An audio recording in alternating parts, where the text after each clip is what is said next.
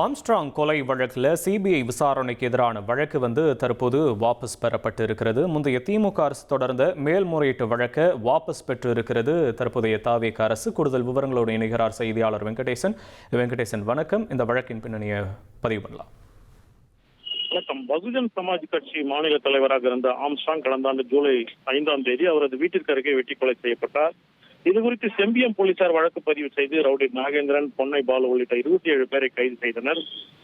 இந்த வழக்கை போலீசார் சரியாக விசாரிக்கவில்லை என்று குறிப்பிட்டு ஆம்ஸ்ட்ராங் கொலை வழக்கில் அரசியல்வாதிகளின் தொடர்பு உள்ளது, எனவே இந்த வழக்கை சிபிஐ விசாரணைக்கு மாற்ற வேண்டும் என்று ஆம்ஸ்ட்ராங் சகோதரர் க்ளோஸ் ஆம்ஸ்ட்ராங் தாக்கல் செய்த மனுவை விசாரித்த சென்னை உயர்நீதிமன்றம் இந்த வழக்கை சிபிஐ விசாரணைக்கு மாற்றி உத்தரவிட்டது. இந்த உத்தரவை எதிர்த்து தான் தமிழ்நாடு அரசின் சார்பில் ஒரு மேல்முறையீடு மனு தாக்கல் செய்து அந்த மேல்முறையீடு மனு உச்சநீதிமன்றத்தில் நிலுவையில் இருந்து வருகிறது.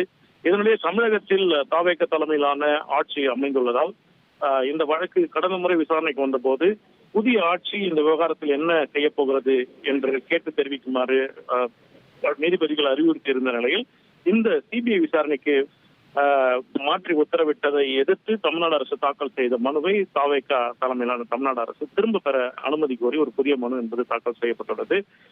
ஆட்சி மாற்றம் காட்சி மாற்றம் என்பதாகவே இந்த வழக்கில் நாம் பார்க்க வருகிறது. இந்த மனு விரைவில் விசாரணைக்கு வரும் என்று எதிர்பார்க்கப்படுகிறது. உங்களுடைய விவரங்களுக்கு நன்றி வெங்கடேசன். இனி செல்லும் இடமெல்லாம் செய்தி. தந்தை டிவியின் வாட்ஸ்அப் சேனலை ஃபாலோ பண்ணினா செல்ல இருக்கும் இடமெல்லாம் செய்தி. இதோ QR கோட் இப்பவே ஸ்கேன் பண்ணுங்க, ஃபாலோ பண்ணுங்க.